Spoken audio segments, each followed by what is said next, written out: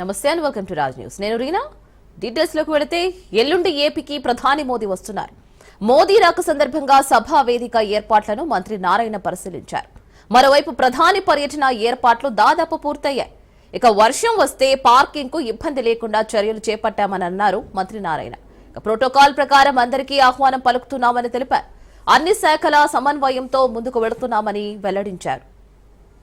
భారత ప్రధాని 2వ తేదీ ఈవినింగ్ 3:20 వస్తున్నారు. దానికి సంబంధించిన ఏర్పాట్లన్నీ అధికారులు చాలా చక్కగా మెజారిటీ ఈ రోజుకి కంప్లీట్ చేశారు. బహుశా ఈరోజు ఈవినింగ్ అయితే ఆల్మోస్ట్ 99% అయిపోతుంది. 99% ఈరోజు ఈవినింగ్కి కంప్లీట్ చేస్తారు. నిన్నటికి వాళ్ళైతే చాలా చేశారు. అన్నిటికంటే ముఖ్యంగా ట్రాన్స్పోర్ట్ ఒకటి, పార్కింగ్, ఈ 2 విషయాలనే ప్రతిరోజు 2 కోట్ల అటు పోలీస్ అధికారులు, ట్రాన్స్పోర్ట్ అధికారులు, సిఆర్టీ అధికారులు, అటు కలెక్టర్లు అందరూ డిస్కస్ చేస్తున్నారు. అది కూడా పిలుపు వచ్చింది. ముఖ్యమంత్రి గారు చాలా క్లియర్గా రెయిన్ వస్తే, వర్షం వస్తే పార్కింగ్కి ఎటువంటి ఇబ్బంది లేకుండా ఆల్టర్నేట్ చూడమన్నారు.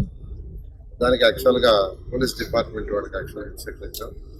ఒకవేళ రెయిన్ ఏదన్నా వచ్చి పార్కింగ్, ఎందుకంటే ఇది బ్లాక్ కాటన్ సాయిల్, పార్కింగ్లో పెట్టలేకపోతే ఇక్కడ రోడ్లు ఉన్నాయి. సిఆర్టీ 2014-19లోనే 300 కిలోమీటర్లు రోడ్స్, ట్రంక్ రోడ్స్, అంటే 1 లేయర్, 2 లేయర్, 3 లేయర్లు వేస్తున్నారు.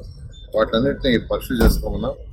వాటి మీద పెట్టుకునేటట్టుగా ఆల్టర్నేట్ ప్లాన్ బి, దాన్ని ఈరోజు యాక్చువల్గా డిస్కస్ చేస్తున్నారు.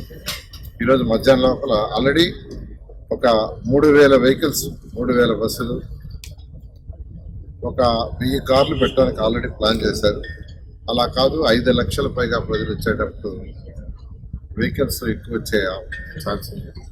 అందువల్ల దానికి తగ్గట్టుగా యాక్చువల్గా చేయమన్నారు. వారి వాళ్ళ ఈవినింగ్ కల్లా సుమారు 6500 నుంచి 7000 బస్సులు వస్తాయని ఎక్స్పెక్ట్ చేస్తారు.